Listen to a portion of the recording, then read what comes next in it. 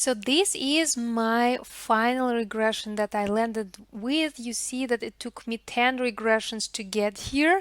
And the important thing is that you have an idea how I did that. So you see, I added a little bit of values, then I highlighted. I only looked at the p-value because I was still shopping for the variables and deselected the ones that were not significant. Next round, added some new.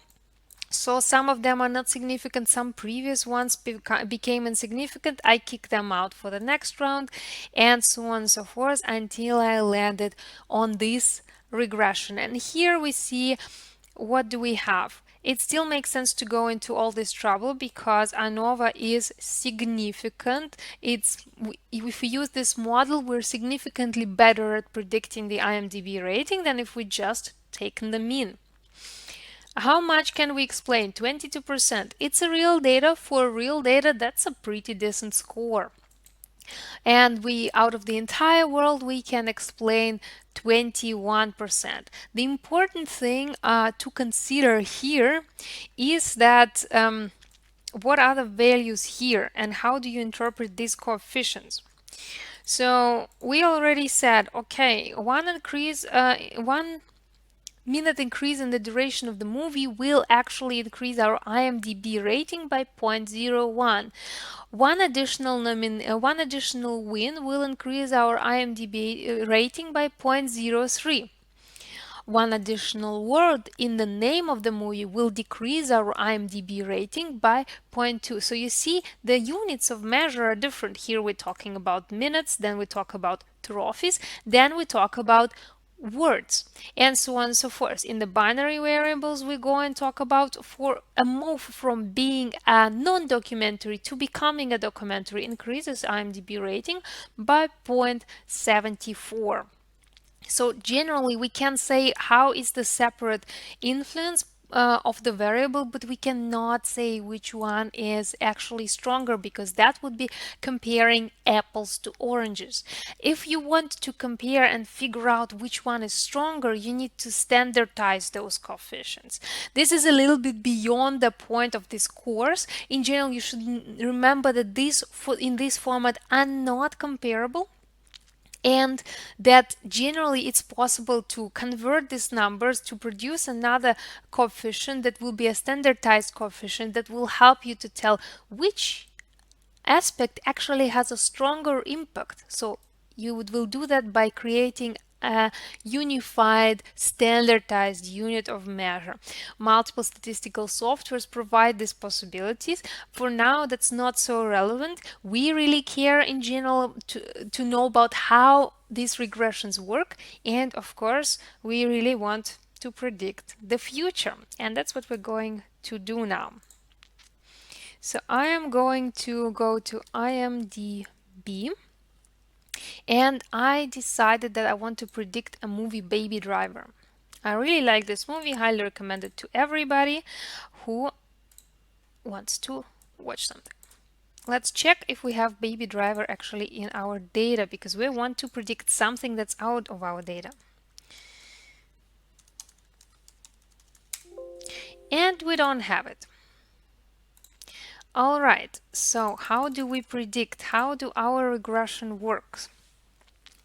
I told you one unit means something. So actually, if we create the formula, our formula consists of this intercept plus this multiplied by the length of the movie, plus number of wins, and so on and so forth. So what do we have? Baby Driver. Well, it has 2 words. It has, I already checked the number of wins before because you need to go a little bit into detail here on the page to find out all the wins. So I did that already, and I actually know that it has 30 wins. So let's go and add all of these things here. So word count, 2 words we have, Baby Driver. Number of wins, it's actually 30. Average duration of the movie, what do we have there for the average duration of the movie? Yeah, so here you need to go into detail and find out, because sometimes they say 42 wins, but that actually means that there's a team 2 people or more that received the same award, and we want the actual number of trophies here. Where is the duration of that movie?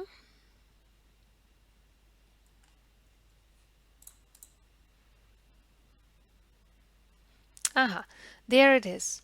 1 hour 53 minutes, so that is 60 minutes plus 50 minutes. Therefore, we have 103 minutes, 113 minutes. And what else do we need? We need to see the rest of the stuff that we have is actually genre. So we need to go and check what genre Baby Driver lists on IMDb. And we have action, crime, music, and thriller. Do we have action? So action is 1. Is it animation? No. So 0. Is it documentary? No. Is it drama? Is it drama? No. Is it family? No. Is it fantasy? No. Is it film? No. No. It's musical. Well, it's musical, kind of same thing to me, so let's put a yes. Short? No. Talk show? No. War? No. Western? No.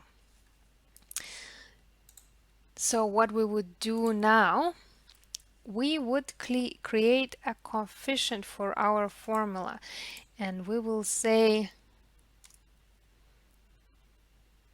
we will calculate and try to predict the rating here. So we take our intercept, so this is our constant, plus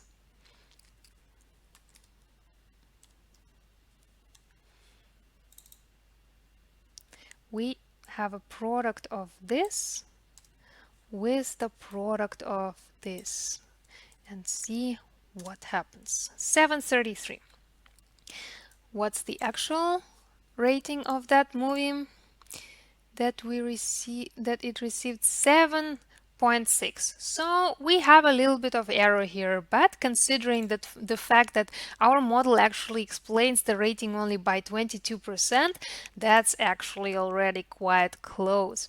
So what did I do quickly here with the sum product?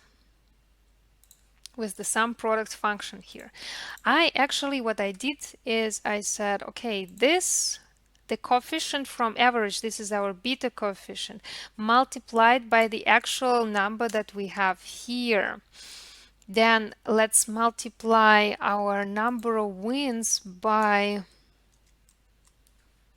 this one. And what if I put 42? Will my number become better? Aha, so maybe I calculated it wrongly this time and I should have taken the original 42. What does it list here as a number of words?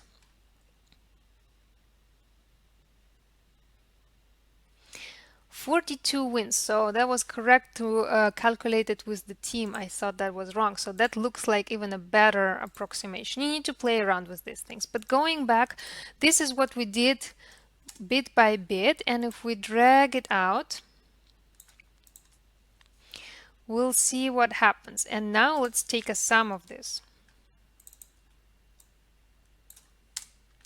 This plus our intercept, our constant, is exactly the rating that we get. Now let's calculate it using a more efficient formula that is sum product, and we take this column and we take this column. So now it does, this is the wrong column, this one, our actual information about the movie. And it produces exactly the same results. So now you know what sum product function does. Very efficient, saved us quite some time, but we did it both ways. So here are our actual values for the movie Baby Driver, and we have a prediction which is quite close, with a bit of a hiccup considering that I messed up the number of wins, but in the end we predicted it quite closely, 7.6, and we predicted basically 7.7. That's rather accurate. So this is how you can predict the future even by a rather weak model that can only that has only adjusted R-square of 22%. You can play around with these movies and you will get a task to do that just below. And if you add more movies and go on IMDb and pick more movies, you will see that for some movies, the model will perform better than for the others. And yes, you should remember that this is a very simple model. What Amazon, Spotify, Netflix, and so on and so forth work with is much, much more advanced and therefore much more accurate. But the principle, the very, very basic underlying principle, is the same.